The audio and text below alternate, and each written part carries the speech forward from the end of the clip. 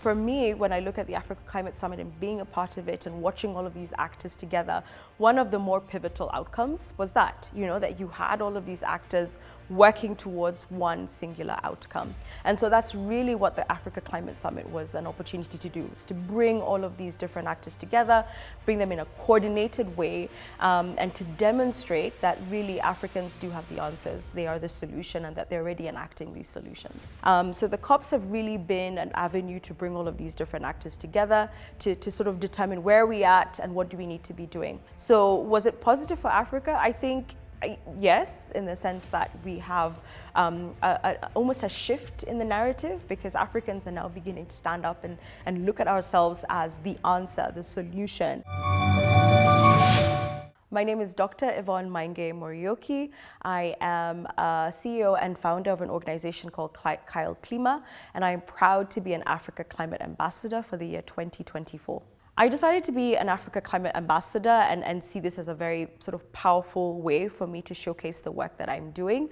But specifically, I think this is a time when young Africans across the continent are standing up and beginning to show themselves as solution holders rather than the problem. I got involved in the environmental movement here in Kenya when I was 12 years old. I was very, very passionate about protecting ecosystems. I grew up on a farm. It just felt very close to my heart. But I was also very sort of driven by the apathy that I found in most parts of the world, given all of the different issues that were being experienced in Africa, being experienced in Kenya. And I just felt like I needed to use my voice to be able to bring all of these issues to light.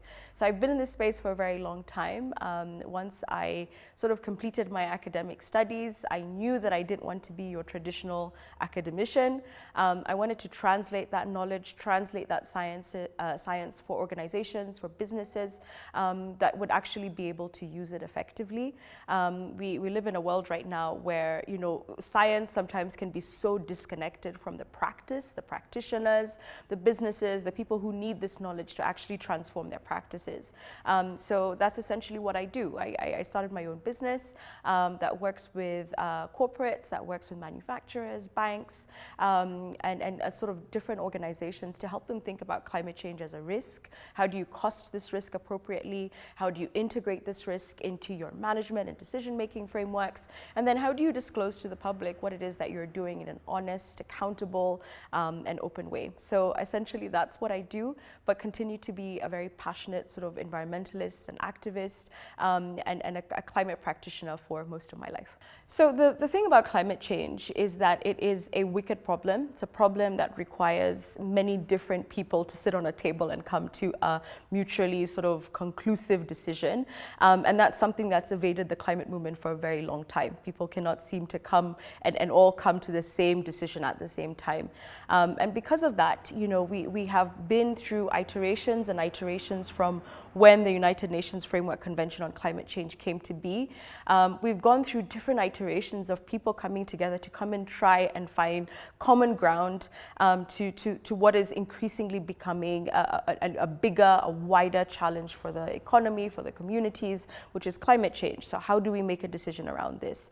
I think this was a very unique opportunity for Africans to come together and actually be a part of this conversation, to drive this conversation, and to almost set the agenda for how Africans want to be viewed in this entire conversation. For a very long time, Africans and the climate crisis has been seen in the context of Africa being a problem. How do we solve this problem?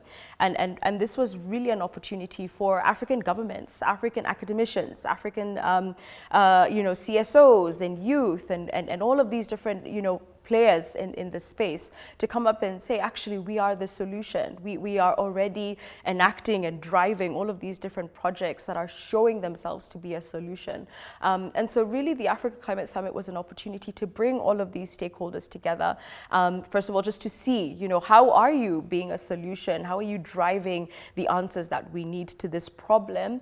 But also, how can we have a more coordinated voice? And unfortunately, that tends to be the problem, right? You have many different people people saying different things and not really sort of coming together to see how do we have a stronger voice by just coordinating our interventions and our activities. And so that's really what the Africa Climate Summit was an opportunity to do, is to bring all of these different actors together, bring them in a coordinated way, and to demonstrate that really Africans do have the answers, they are the solution, and that they're already enacting these solutions. So COP actually stands for Conference of the Parties. It's so funny because almost as the COP has become more and more popular, across the world, and more people are hearing about it, everybody has a different name for what this acronym is, but it actually stands for Conference of the Parties. And then this goes back to the 70s, when the United Nations Framework Convention on Climate Change was first formed to address this problem, climate change as we see it today.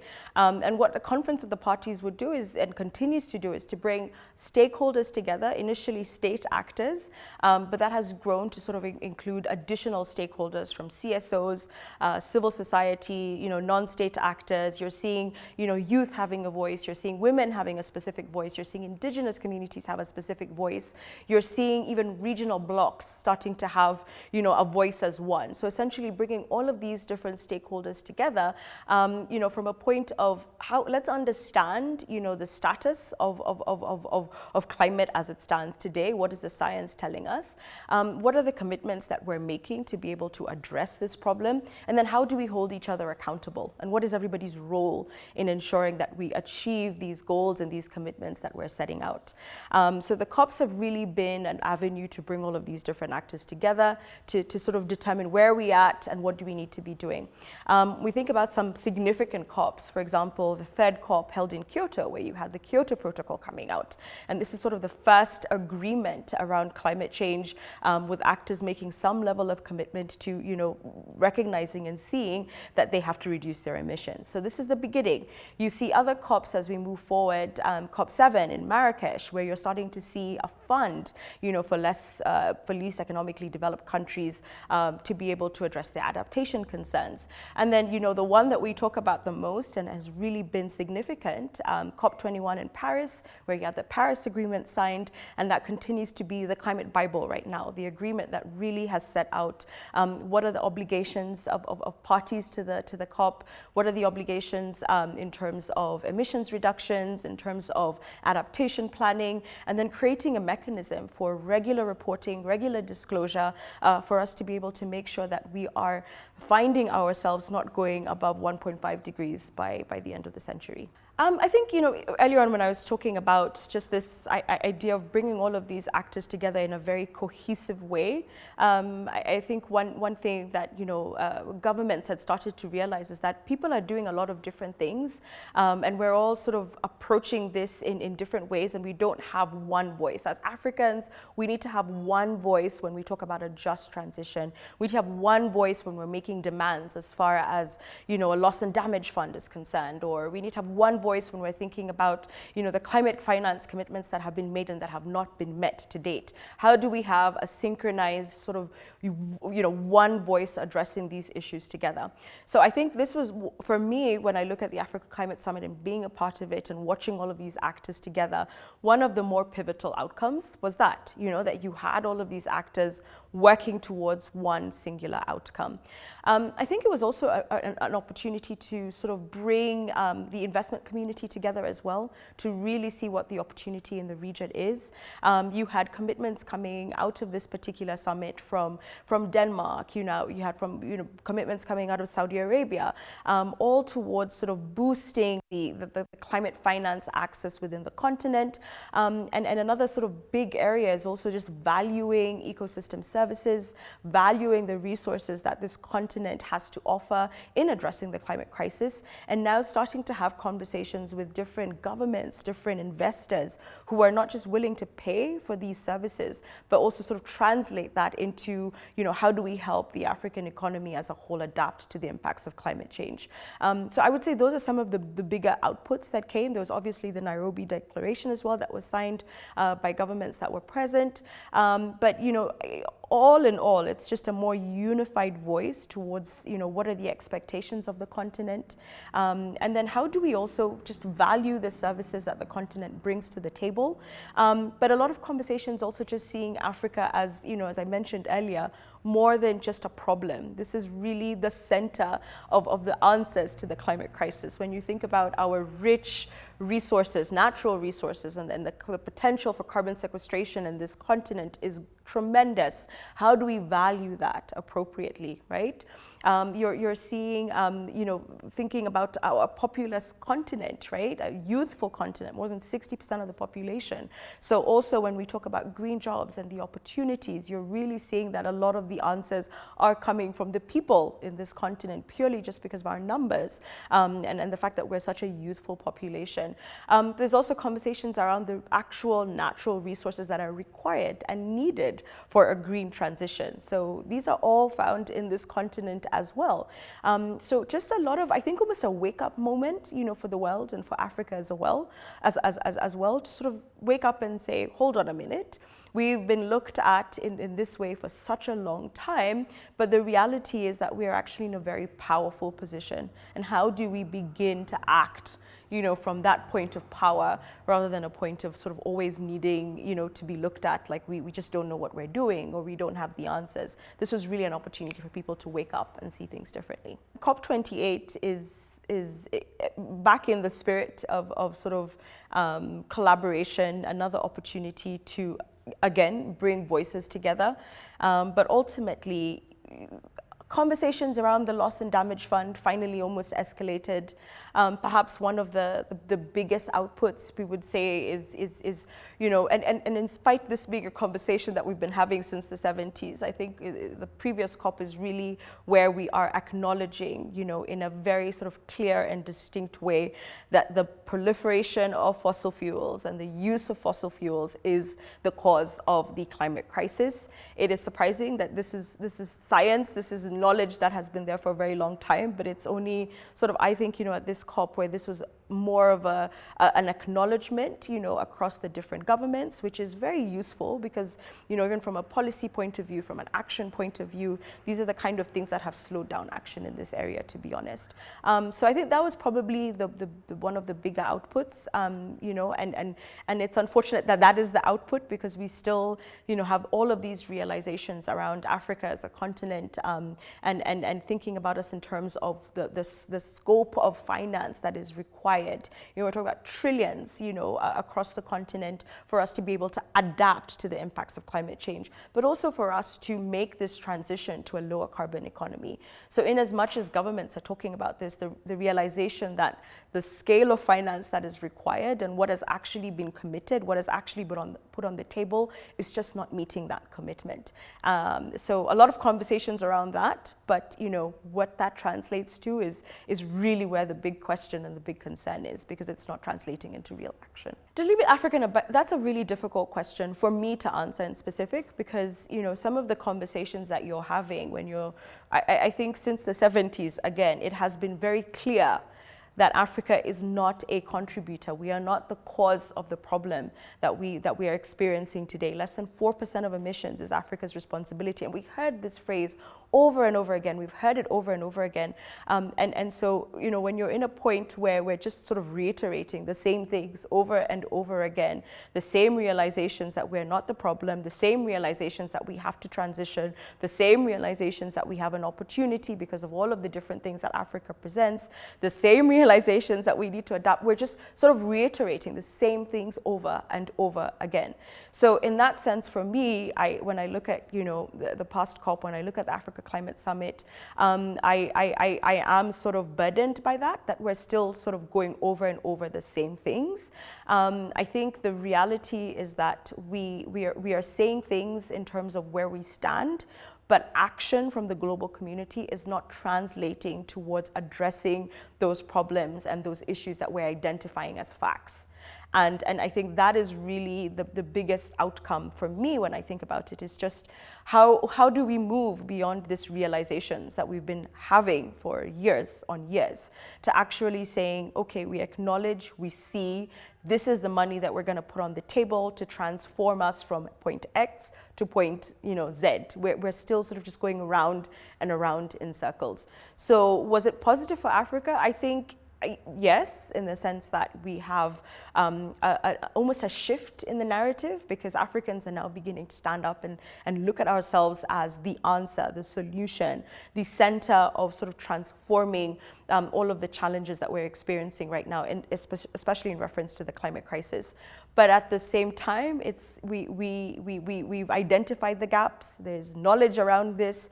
It needs to translate now beyond these realizations and conversations to actual money on the table. I mean, there are many action points, and unfortunately, the action points are really ones that sometimes the global community and struggle to come to amends, to sort of to agree is the way forward.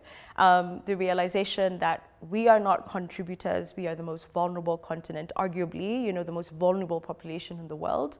And so from a loss and damage point of view, I think that's one of the action areas. How do you compensate the thousands and thousands of communities that have been affected by climate change, that are losing livestock, that are losing livelihoods, that are losing sort of their actual land mass, that are losing their homes? How do you compensate them? How do you make sure that you're making them more resilient, but at the same time you're giving them an opportunity to develop, to grow, because we have a right to do that as well. So I think when I think about action points, that's the first one, is that we're really skirting around this conversation.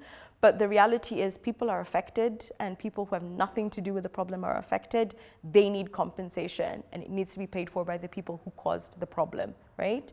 I think from another action point is that we see this a lot of, especially in the conversations coming out of ACS, that Africa needs to be adequately paid for its ecosystem services, for its natural resources that it offers to sequester carbon, to sort of deal with sort of enhancing carbon sinks and all of these things that will help us deal with the climate crisis in a better way. Africa needs to be paid for those. We cannot be going round and round in circles thinking about price on carbon or price on specific services that these different ecosystems offer. We really need to value them appropriately and make sure that these valuations, these sort of the money that's being translated from this is actually going towards communities directly to help them deal with the crisis. So when I think about action points, those are the things that I would see, at the top of the list. We again cannot still be discussing what is causing what, who's responsible for what. That knowledge is there. We know. Right? It's just how do we make sure that the people who are not responsible are being taken care of and are being compensated appropriately.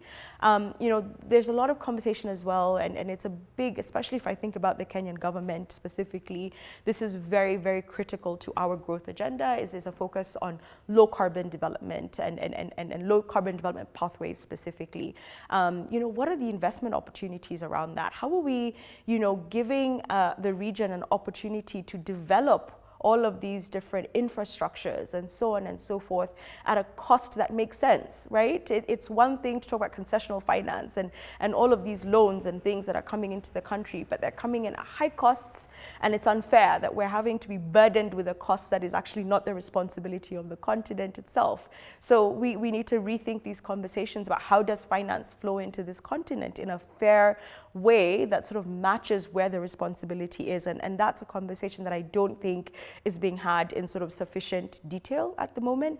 So when I think about action points, that would be another one. The pledge to have a loss and damage fund it's a pledge, right? So similarly to the adaptation fund, which is consistently underfunded, right? So you have commitments that are made. The problem is not that the commitments are not being made, it's that they're not being followed through, right?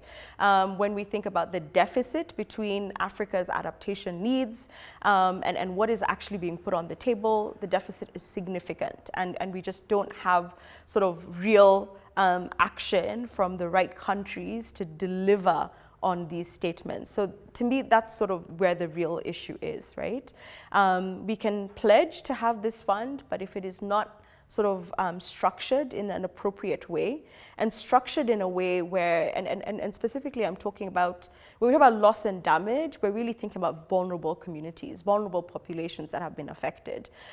These are not your typical, I mean, these are communities that are on the ground, communities that don't have bank accounts, communities that don't have, you know, you really need to think more creatively and think more innovatively around how we cascade this finance. And sometimes, you know, unfortunately, it's easy to sit in the boardroom and sit at the top in these meetings, and we forget that when it comes to actually dispersing these funds and the people who need it on the ground, do we have the right structures to do that? And I just don't think that we do right now.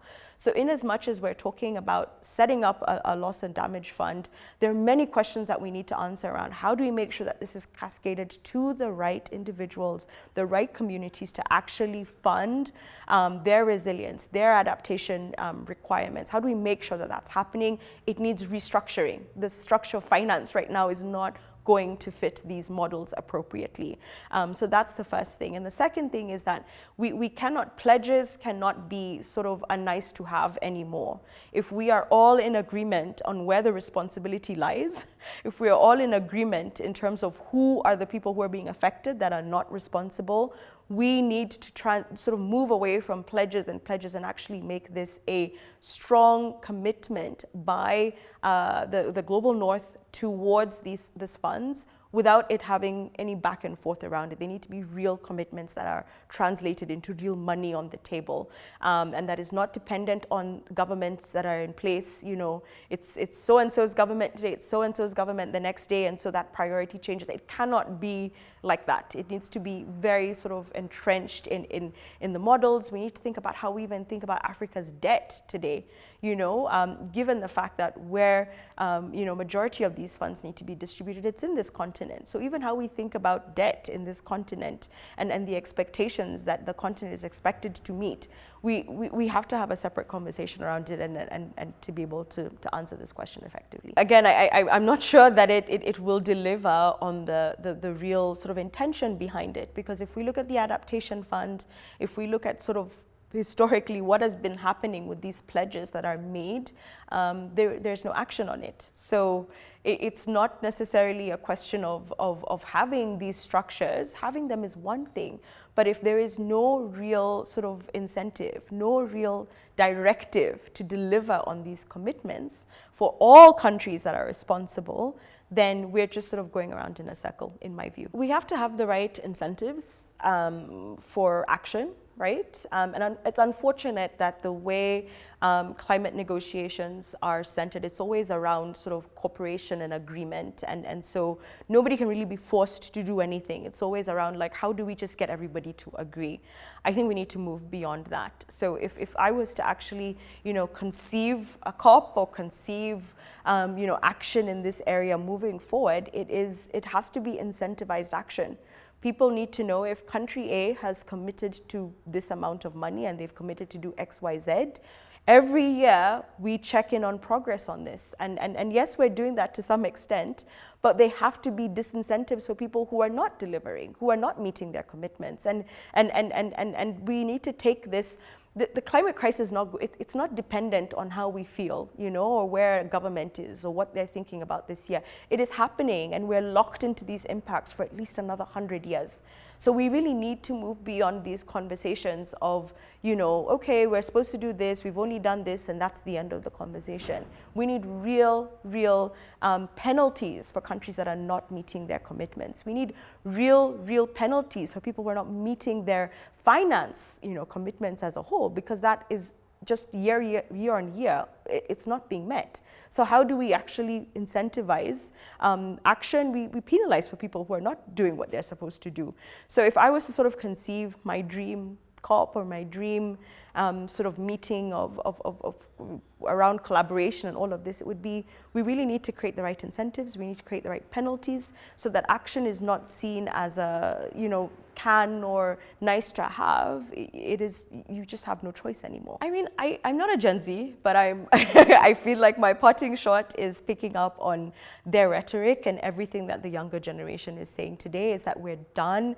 We are tired with conversations. We're tired with talking. Talking really is always the beginning. And once you've set up structures, once you've decided what needs to be done, it gets done. Now, unfortunately, we are just going through this circle of consistent talking and talking and talking with no real action that is delivering the kind of results that we need to see. The science is already starting to show us that 1.5 degrees is actually far away. We're likely to be at a 2-degree rise, just given the fact that people are not meeting their commitments. This has a real cost every single day when we don't hold governments accountable for these commitments. It has a real cost, a cost that this continent is going to bear the brunt of. So I would sort of take on the same rhetoric that the young people are taking today, and I consider myself a young person as well, but it's like, it's enough. We've talked, we know what needs to be done. It needs to be done. And if it's not getting done, get out. Let someone else come who will do it, because we don't have the luxury of conversations anymore. My children don't have the luxury of your conversations. So we really need to move beyond them.